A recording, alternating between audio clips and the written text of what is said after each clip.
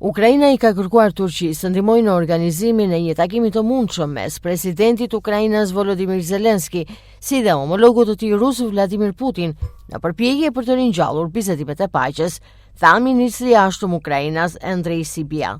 Sybiha deklaroi se kërkesa i është bërë jo vetëm Turqisë, por edhe disa kryeqyteteve të tjera, duke theksuar se Ukraina është e gatshme të shqyrtojë çdo vend si mikpritës së mundshëm përveç Rusisë dhe Bielorusisë. Sipasi Bielorusia nuk është një opsion për shkak të rolit të saj si aleate e Rusisë dhe përdorimit të territorit të saj në fillimin e pushtimit të Ukrainës në vitin 2022.